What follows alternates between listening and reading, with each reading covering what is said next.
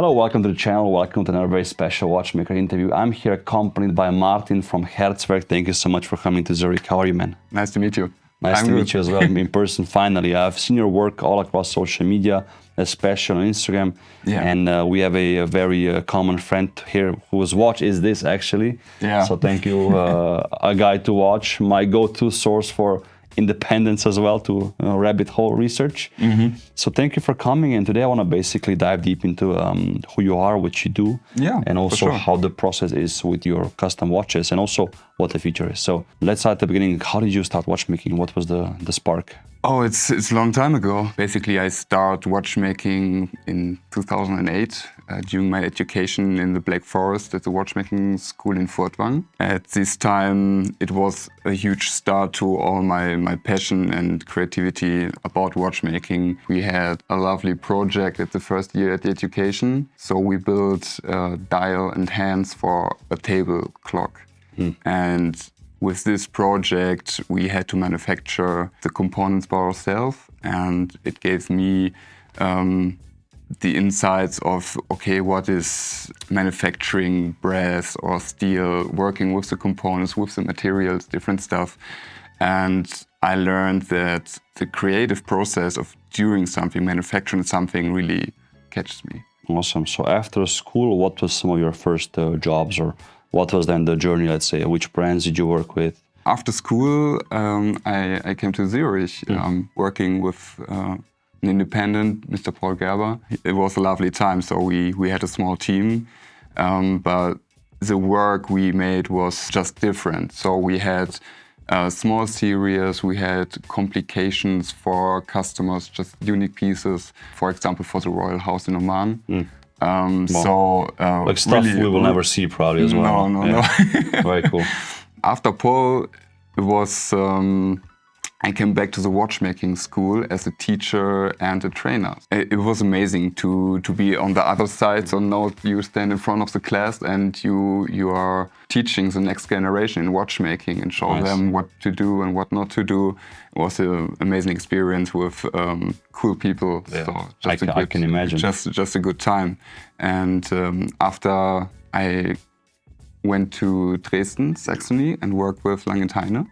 Awesome. So, and Marco Lang was head of Lang & Heine, and he was an amazing guy, amazing watchmaker with incredible skills in watchmaking. And we built about 50 to 60 watches a year with a small team of 10 people. What's the favorite model you worked on at Lang & Heine, let's say? I know I have my favorite, so I want to see what's yours. I can't say. So there are different, very cool models he had, and all of them were nice. So mine is the Georg. The Georg? Georg, yeah, I love it. It's a nice one. I love the movement. Very simple looking, but with those 3 bridges, it's just beautiful. And what's your current situation? Since 4 years, I'm based in Munich, working for Patek Philippe, and they gave me a huge insight of the world of high quality watchmaking. So they are so experienced in building complications, and if you open the dial and look what's behind, so it's an amazing world. And they are very creative and known what's about to build complications and bring new complications. And with 2025, I will follow with HerzWerk full time.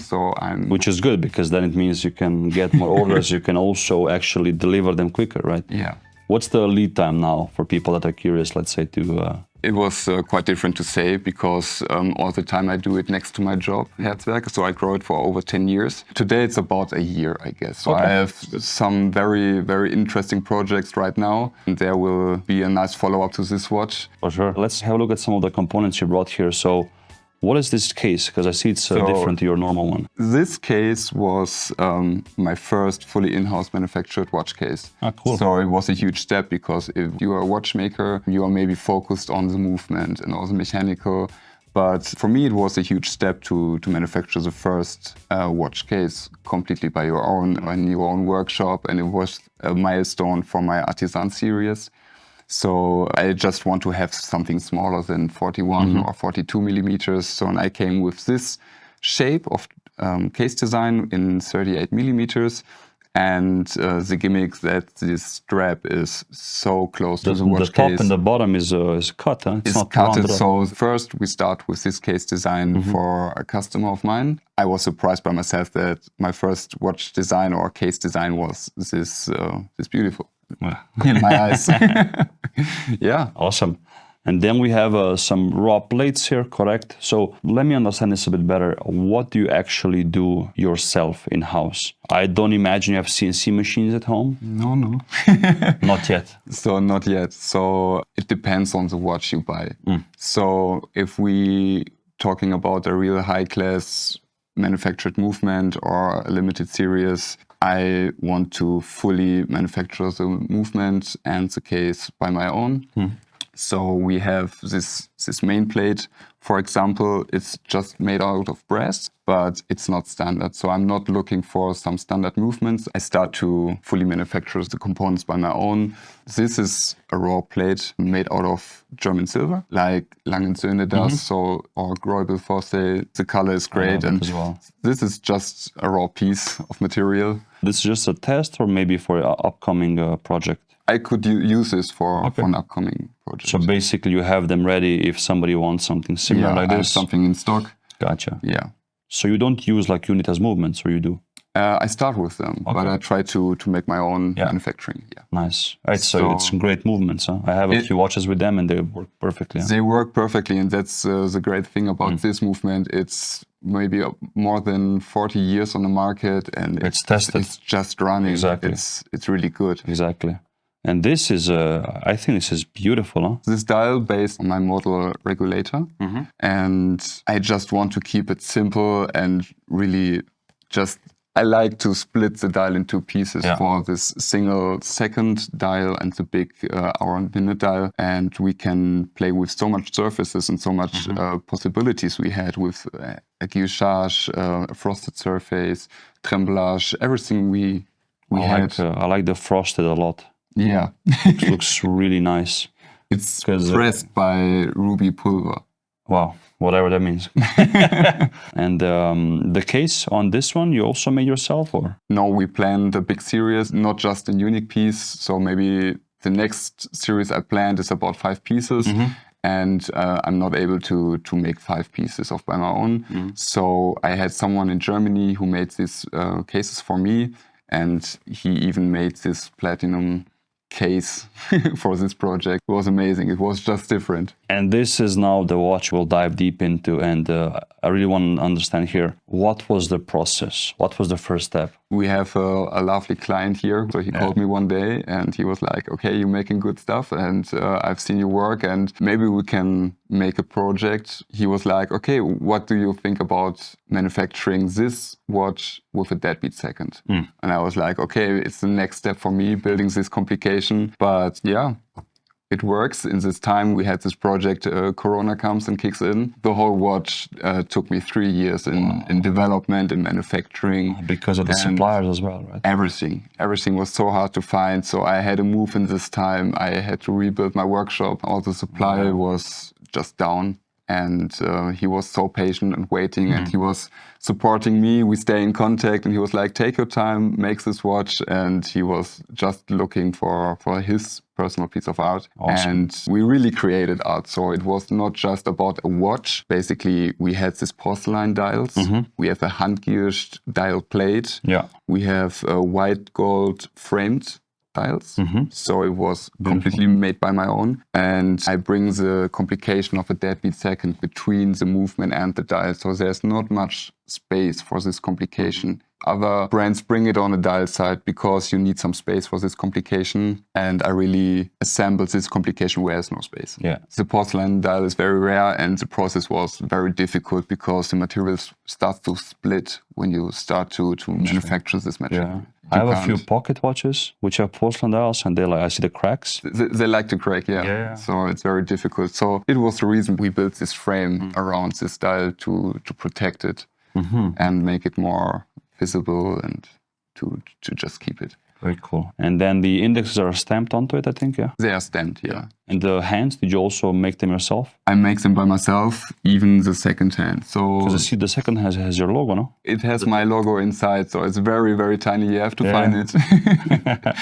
But I really into Easter eggs on a watch project. Yeah, so I love that as well. As long you look at this watch, after weeks and months, you will find something new.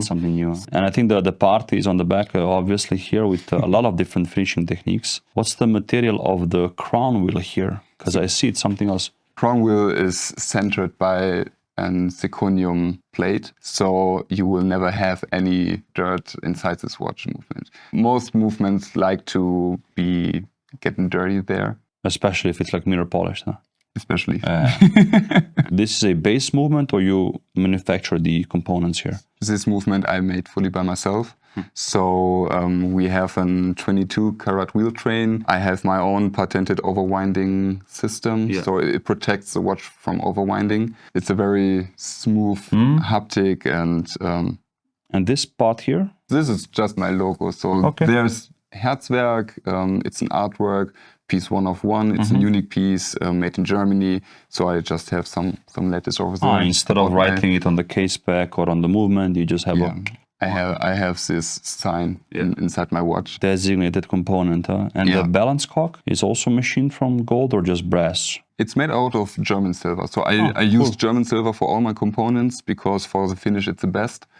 And the anglage will shine way more than the normal brass. Beautiful. And this is something I made out of my manual machines at home. So I do not have a CNC machine. I made it in a manual, traditional way of watchmaking. Gorgeous. In my workshop, yeah. And the screws, some of the screws are mirror polished, some of them are blued, I see. You use the oven or flames? In the flame, classic, traditional way. Yeah. So the blue screws are for fixing the dial side. Yeah.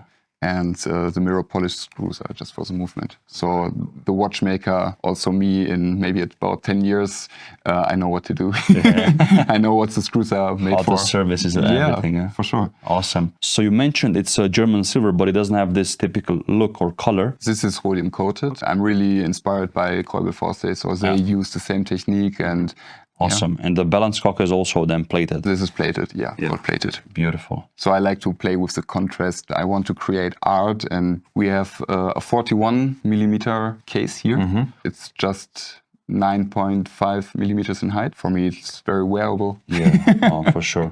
But also, like you said, you can make custom cases. So for sure, if a client wants a smaller case or whatever, you can make it. For somebody like you who works, at Patek and went with all these independents, I'm sure you also like more higher complications, let's say.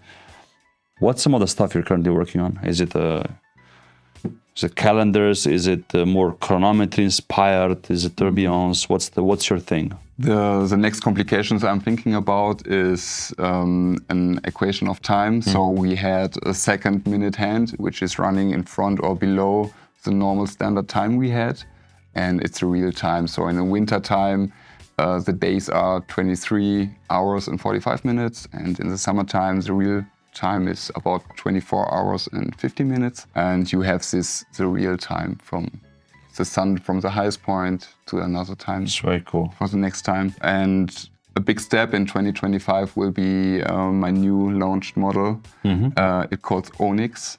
It's based on this case with this guillochage.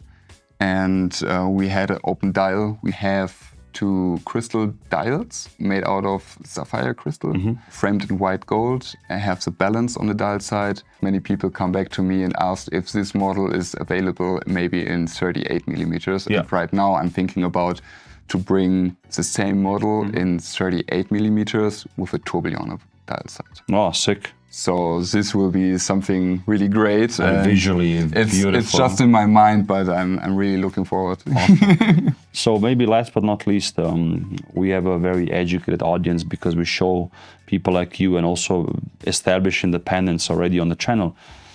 To put this in perspective, where are we price-wise? Of course, equation of time, tourbillons. If somebody wants a calendar, it's a custom project, so it takes more time and effort and development and everything.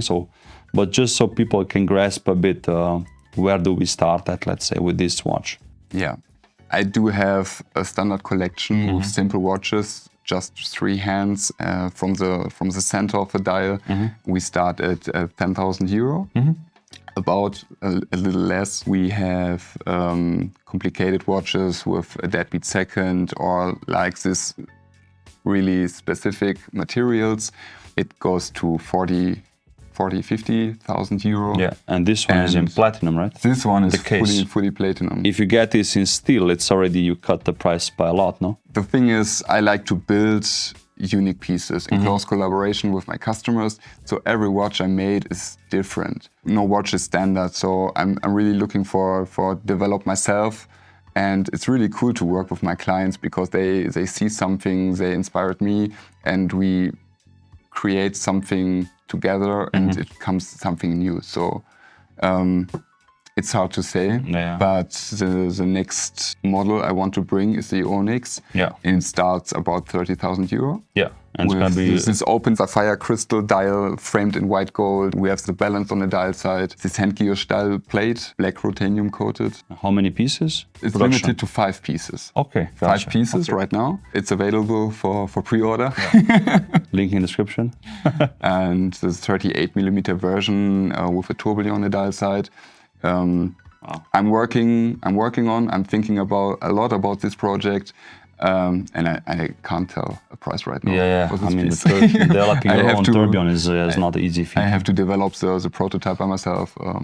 Check out what's going on. Looking forward to seeing you full time on this. Can't wait to see the watches, the other ones as well. So Martin, thank you so much for coming. Thank you very much. I wish you all the best. The time. Congrats again on going independent fully next year. That's going to be exciting. And guys, if you like what he's doing, please support him as well. I'm going to put all the links in the description below. If you want the Onyx, which is coming up, that's the one on the wall there. Again, just ask him whatever question you want to ask him to get in his mind as well, you know, to see what he's about and everything. So thank you for watching. Hope you enjoyed it, and I'll see you soon. Nice.